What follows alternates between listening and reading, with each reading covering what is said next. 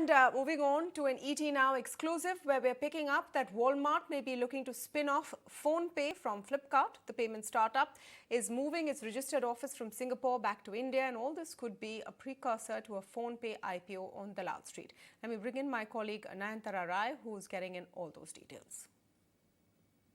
This is a big ET Now exclusive that we're bringing for all of our viewers. Is Flipkart about to lose its crown jewel, PhonePe? We understand from our sources that Walmart is seriously looking at spinning off PhonePe from Flipkart. What's more, we also understand that before that spin-off, PhonePe is immigrating back to India. Its registered office is in Singapore. It's migrating back to India, where its new registered office is going to be. So when you look at that immigration coming back home, Ghar Wapsi, plus the spin-off, all of this pointing towards the fact that PhonePe may be getting ready for an IPO, which it's very obvious about its ambition. It has been very clear about it. And that IPO now looks like it's going to be on Dalal Street. So why would Walmart want to spin off PhonePe from Flipkart? There are many reasons, and let me try and connect some of the dots for you. First up, one of the metrics that is looked at by digital companies, consumer internet companies, one of the metrics is monthly average users. There we understand Flipkart's and PhonePe's is similar and comparable. We should give Flipkart credit here because payment apps are always considered to be more sticky. Second point, why could it be doing so? PhonePe has e-commerce ambitions. So it's built the payment stack. On top of that now is building financial services, including lending, insurance. And on top of that, it's also going to be building e-commerce. It has e-commerce ambitions. In fact, so much so we understand that it's going to be part of the Open Network for Digital Commerce, ONDC, which is being called the UPI moment for e-commerce. So once it has that, that's another reason. In fact, PhonePe has already onboarded 30 million merchants already. They're onboarded, they're on the app.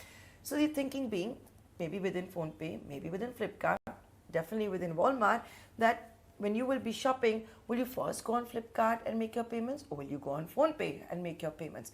So all of this pointing towards the fact that Walmart is looking at, maybe spinning off PhonePe from Flipkart. Is going to be interesting to see what will happen to Flipkart. Flipkart is also planning an IPO. A lot of its valuation is, of course, rested in its interest as far as PhonePe goes.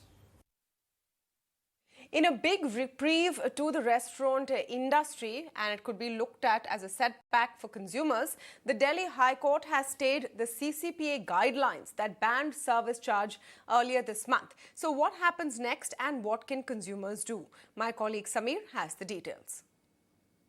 Now, this is quite interesting because we see that on 18th of July, National Restaurant Association of India, NRAI, approaches the court and appeals that this entire episode of service charge, where the Consumer Protection Authority releases the guidelines that no service charge could be put upon food bill automatically or by default.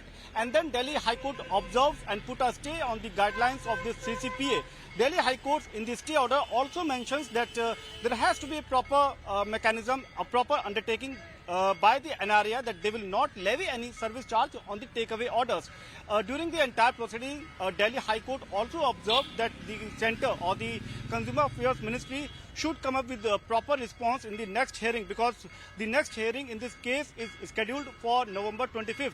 Now, the interesting part is that if you see the entire timeline, on 18th of July, the appeal files in the court, then on 20th July, the verdict, or you can say the Delhi High Court comes up with its observation, putting a stay on the guidelines of CCPA. Now, what we are picking from the government is that they are all set to appeal against this Delhi High Court order. It may be filed very soon. So the centre will file against this Delhi High Court, putting a stay on the guidelines of CCPA, part number one. Secondly, what we are also getting to know from our sources that the centre did not got ample time. Their advocate was not feeling well. Some health issues were there, so they did not got enough time to approach and file their response in the court. So now they will be appealing against the Delhi High Court order, and that will be interesting to see that what course of action will be there in coming days. And to speak more on this, I'm joined now by Sachin Taparia, founder LocalCircles, and Riyaaz Amlani, trustee and former president of NRAI. Welcome to both of you, and thank you for joining us today on the India Development Debate. Riyaaz, I saw that big smile on your face. So you had your day in court, and the restaurant industry now feels that they were justified in levying service charge. But I'm going to start with a slightly different question. In all of these weeks, when the guidelines were being followed, presumably, what was the response of customers? Were they relieved? Did you see the fact that customers felt that what was happening now was only fair? Tamanna, you have to understand, you're seeing a smile on my face, but actually, the stay is actually a win for the customers. And, I think that's what people are not understanding. They're not looking behind the headline as to why it is actually a win for customers. Restaurants, the NRAI has always steadfastly maintained that service charge is legal and is transparent, and it is in the best interest of the consumer. And let me explain to you why it's in the best interest of the consumer. When you come to a restaurant and order in and you eat the product inside a restaurant, we charge a 10% service charge because it costs us a little bit more to serve you inside the restaurant. But when you take that same product home, when you take the same dish home, you don't pay service charge, which means you pay less. The easiest and the laziest thing for a restaurateur to do would be to raise the prices by 10% and get the customer to pay more. But what would resultantly happen is that a customer would actually pay 10% more even when they're not eating inside the restaurant. And then when they see the bill with the raised prices, they will then feel obligated to tip on top of that. So while it is all very good to say that this is in the best interest of the consumer, actually the opposite I still don't understand how, Riyaaz, one second. I still don't understand how it's a good news for consumers, because they're going to be paying more than what they were paying, say, yesterday. They will be paying more tomorrow for the same product and service than what they were paying yesterday. And in the last couple of weeks, I have seen this, because a lot of times, and I've experienced this, a lot of times if the service charge is on the bill and then because of the guidelines I've asked it to be taken off, it's a significant difference. So no one likes to pay more. We would eventually, we are running a business, right? We have to maintain our margins. Whether it is you let people know it's service charge plus the cost of the product. That means that they would if the restaurateur was not allowed to charge service charge, what would the restaurateur do? They would raise their prices by 10%, right? Once the prices are raised by 10%, on top of that, they will at some point of time feel obligated to tip on top of that. And secondly, when they take the same product home, they would be charged that extra 10%, which they're not being charged right now. Are you understanding? My problem with that argument is, and I'll come to Sachin in just a bit, that a lot of customers who are opting for home delivery are then using apps who have their own charges. So this is going to only help those particular customers who go up to the restaurant, say, pack it for me and I'm taking it with me. Where most customers are now using, delivery services like Swiggy and Zomato for that same food, where they're anyway paying more. So again, how does this help the customer? Yes, it helps the customer because they are paying for the delivery of the product. Well, as the product, if at all service charge was to be included into my menu price, then they would have to pay 10% more, plus they would have to pay the delivery charge. In this case, they are not paying that 10% more because the menu price is the price of the dish. The service charge is Sachin, let me come to you. Understand?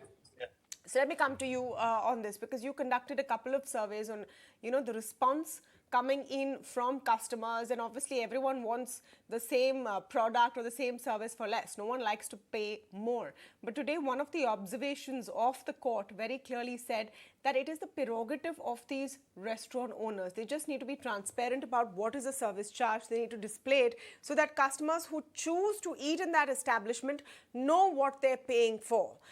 In hindsight, do you think that point is justified? Tamanna, so this point is justified. I will go back to something that is more basic in nature and where all of this becomes an issue. And I think, the government has intervened. They've tried to do, something or the other since 2017. We have done 8 to 9 surveys on this issue, primarily because we keep getting complaints and concerns from the consumer. And the complaint or the concern is this, that when I go to a restaurant and I don't have an ideal or a good experience where the service is lacking, where the food is not so good, where the server is not attentive, at that point, once I'm done with my meal and I get the bill, the service charge is on there. And that is something that is against my wishes because I have not had that ideal experience. If I had that ideal experience, I would happily, tip the server or the servers, right? And, walk out happy. So that is where the core issue is, that even today, right, with the Honorable High Court's ruling or the judgment, staying this order, there is no redressal as it stands today for such situations where the consumer is not happy with that experience, with that meal, with that service that was provided to them. And there is no out for them, which, what it leads to is, in many of these cases, the consumer will go talk to their references saying, don't go there. They'll vent on social media. They will, rate or review the restaurant negatively. All of that happens. So it's not in anybody's interest to have a forced service charge. And instead, the option should be given to the consumer. We are even okay with a field called service tip, which is right below the total of the food, where the consumer gets the option to fill it. And you can suggest, in United States, in many of the restaurants, they suggest 5% equals this much, 10% this much, 15% this much. Take a call, but let that option be with the consumer rather than forcing it on them when they've had a bad experience. So when they've had a bad experience, Riyaaz, your response to that, if they've had a bad experience, the way you show that, the way you display that is by reducing the tip or not tipping or making it clear.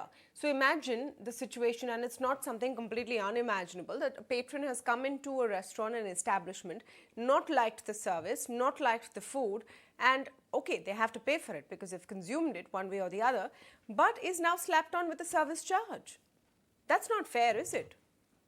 Listen, Tamanna, I'm telling you once again, what the price is determined by the restaurant, and ultimately, if the court tells us, the honorable court tells us, hey, listen, putting service charge is not legal, you please increase your menu prices. What are we going to do? We are going to increase our menu prices. So customers going to have to pay anyway. That is the point.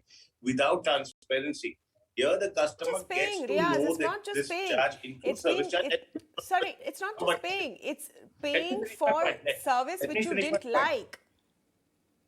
Yes, but then that argument can be extended to, I didn't like the samosa you gave me, or I didn't like the chai you gave me, right? And in most cases, like in all cases, we are in the hospitality business, we get it. If a customer is unhappy and we do not please the customer, then he's never going to come back. She's never going to come back. They're going to tell 20 other people, they're going to go on Zomato, they're going to go on Swiggy, they're going to go on social media, they're going to rant. It is always, when have you gone to a restaurant and they have not addressed your concerns? And if they have not, then they deserve, don't ever go back. In any industry today, if you want your telephone, your airlines, there are maybe 4 or 5 choices that you have. Restaurants is the only industry where you have thousands of choices. All a restaurant has to offer to bring the customer back is its product and its service. And no restaurateur who is sensible will, for a few rupees, lose a customer for life. If you have a problem, talk to the manager will make the whole meal free. He will remove the dish from the menu. Why just 10% service charge? But not necessarily, if your customer is unhappy with the service, please tell the restaurant manager. Please say that, Riyaaz, how do we ensure, just one more question, how do we ensure... I don't like the flavor of the tea. I didn't like the music. No. How do we ensure, another part of this whole issue is, how do we ensure that the portion which goes into service charge, and a lot of restaurants say this, a lot of management says this, that this is what is going in as cumulative tips for the staff. How do we ensure that's actually happening? And that's not just being pocketed by the management and being used to subsidize salaries. Service charge is not a tip.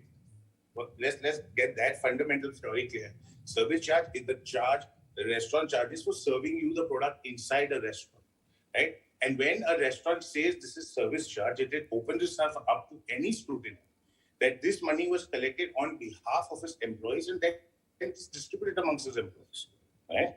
So that is, we are over the scrutiny, as opposed to us adding it into the menu where there's no mention of service charge, adding it to the cost of the product that you will anyway end up paying. There's no more transparency. And then what is the claim of an employee? There's no claim. So resultantly, there are two people who are losing in this entire story. It is not the restaurateur, it is the consumer and it is the restaurant worker, which is what needs to be understood clearly. Because at the end of the day, it is always the consumer that lands up paying for all costs, whether it is inflation in petrol, whether it's inflation in food products, whether it is government taxes, it is always the consumer who pays for it. Yeah. Nobody Sachin, your response anything. to that. Your response to that. Anyway, the consumer is going to pay, whether it's part of a dish or whether it's a service charge. So what's the big deal? So, Tamanna, the issue here is that, while a subset of the restaurants that are levying service charge may have these high standards where you can actually go talk to the manager and say that, your experience was not so good, the service was lacking, in X, Y, and Z areas, whatever. And they will waive off the service charge, or they will replace your meal, or they'll compensate you in some way, shape, or form.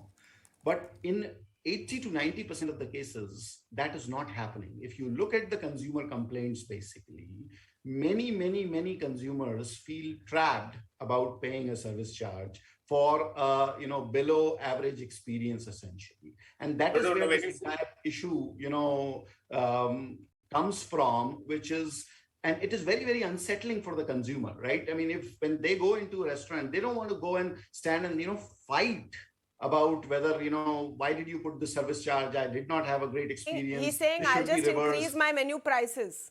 Whether you like the service or not, I'll increase my menu prices. And I think a lot of people, may be okay with that, because, the point being that anytime there is uncertainty in the experience, especially going to restaurants was, post-COVID has anyways reduced. So it's a special event that many of the consumers are actually going for. So when you're going out for a special event, the last thing you want is, when you're stepping into that restaurant, a feeling of uncertainty. Right. And same thing when you're walking out of that restaurant. So I think that's where the effort has got to be. How do you address and create, a mechanism where negative experiences, basically, there is a clear channel, there's a clear grievance redressal, and consumers don't feel that they've been forced upon with the service charge. Okay. So when you make allegations that 80 to 90% of the restaurants don't do this, is that based on what statistics? Restaurants will only survive if they provide good food and good service. You're talking about 80 to 90 complaints that the body has received over a period of months, whereas there are millions of transactions that happen every day. Where did you come with this 80 to 90% figure? Sachin, you should answer that. You've quoted data, you should back it up. Surveys. Yeah, absolutely. We have done multiple surveys since 2017 on this issue. And, when you ask consumers that your experiences in the last 3 years, have you had experiences where you What is the sample size average of these surveys, Sachin? Close to 30 to 40,000 respondents, Tamanna. So it's not small. And I'm saying, that is where the concern is coming from. And maybe the solution to all of this is really standardization of services in the country.